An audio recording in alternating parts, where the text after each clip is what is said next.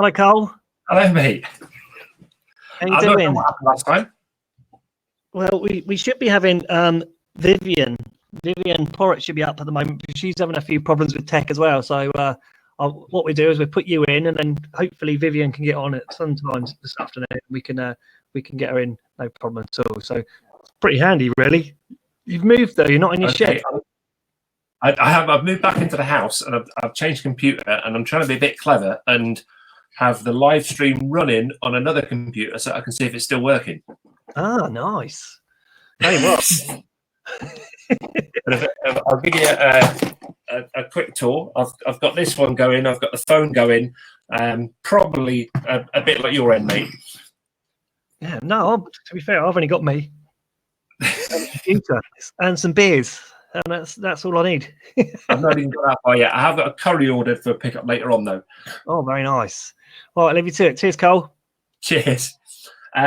Right, so I'm not sure how far we got before, so I'm just going to share this screen. This seems to be working this time. Okay, I'll go straight in. Really what I want to talk about today is decision paralysis and why any decision we can make can be better than none. And this kind of links me back to my time in the Air Force, and then looking around at some of the things that were happening right at the start of the lockdown process. And seeing maybe how we can use a little bit of knowledge to make our decisions better. It's been really interesting this morning. I was listening to Mal especially talking about emotional intelligence, and that got me to thinking about how that leads our decision-making process. And then people talking about our biases as well. So are our biases causing problems in our decision-making as well? How's presentation on botheredness got me thinking, as a leader, how does that botheredness translate to how we make our decisions? So first of all, though, I'm going to take you back to where I was in 2011.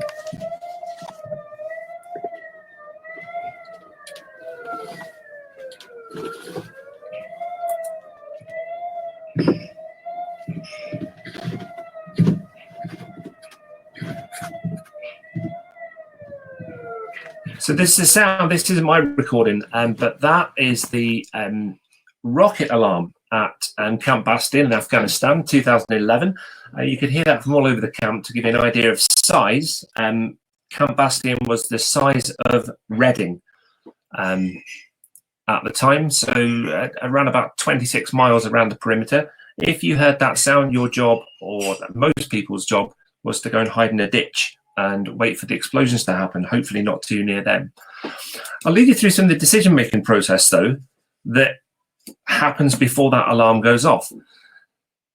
So you've got 10 seconds to decide, and time really is critical here. Launch time, we've got about 3 seconds of flight before the rocket can be detected and get the warning out. So in 10 seconds, somebody's had to make that decision. Now, some of it is automated by computer, but some of it was down to probably our lowest ranking person in the ops room, sitting watching the screen, then hitting his big red button.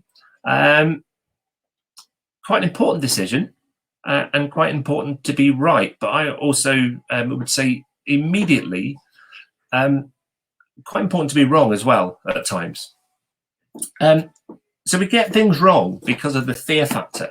We have this thinking that what if we are wrong? If we're wrong, it's going to go wrong, and our decisions are going to be judged forever. And again, I'll take us back to the start of the pandemic, where certain school leaders were looking at how they were going to run their schools in different ways, and they wanted lots and lots of people in their school because they felt those were the vulnerable children. They then took advice from other people and they changed their decisions. And that's really what I want to think about now. And it's a cultural shift to change the narrative to what if we're right?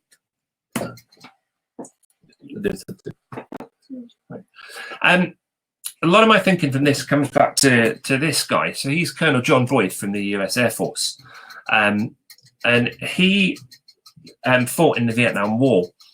And he hypothesized that all intelligent organisms and organizations undergo a continuous cycle of interaction with their environment. So they have to work, they have to analyze the information that's coming in and use that to inform their decision-making process. And he came up with this idea of the OODA loop. So we observe, we orient, We decide, and then we act. Now, to put that in a bit more context, our observation is looking what's going on. It's gathering information. So for school leaders at the start of this pandemic situation, it was looking at the information coming out of the DFE. It was probably more looking at what was coming on the news and thinking how we would use that information. We then had to have some time to assess that information. Now, that information wasn't always coming out in a timely manner. The information wasn't always there for our leaders. So we then had to make decisions, and we had to make decisions using the best information possible. And when we've made that decision, we have to act and we have to communicate that plan. Now, using our emotional intelligences in that plan is thinking that actually the plan can now change. Once we've acted, we go back into the cycle again. So we observe what's happening now. We orientate ourselves, we decide, and then we act. But we have to make the decisions. And the decision paralysis comes from the fear of getting it wrong.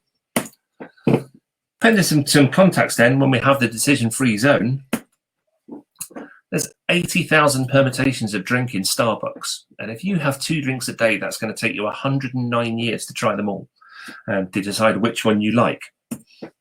So how do you make your choices? Well, I think we've got to do several things. We've got to make decisions.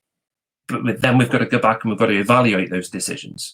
And we've got to change our mind if it's necessary. And I think one of the startling things at the start of the school lockdown was listening to people like Simon Kidwell and Simon Smith and Ray Snape, who were running daily Zoom sessions for school leaders, looking at the information that was coming in and helping people to make those decisions. And I know certainly of several school leaders that definitely changed how they were going to do things based on the information that they got from other people and seeing how other people's decisions were made as well. Great use of emotional intelligence and a great use of putting our own biases to the back and showing our botheredness as a leader.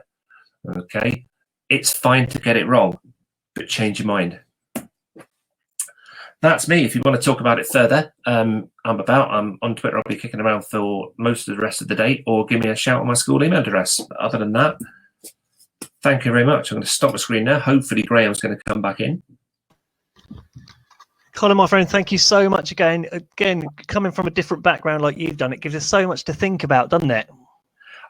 Absolutely. But I think it's really important to think that our experiences shape who we are, and particularly as leaders. And we are all leaders. We're all leaders in our classrooms. Yeah. And we need to remember that. And it's important to bring those experiences from whatever we've done before in to help us. And it's not just about what we do now. Yeah, absolutely. Thank you, Matt. Thank you so much again. And thanks for coming in. I know you had a few problems with the tech there, but seems to be all right now, which is good. I went back to trusty Macintosh, Ray. Yeah, well done. Thanks. Thanks for your support over the BrewEd isolation as well. Like I say before about setting up the website and everything else, Colin, it's been really invaluable. So thank you very much, my friend. And same to you. Yeah, I'll put this out there in public that this could not have happened without you, my friend. Yes, thank you very much. And I shall see you later. Enjoy the rest of the day, my friend. You too. Take care.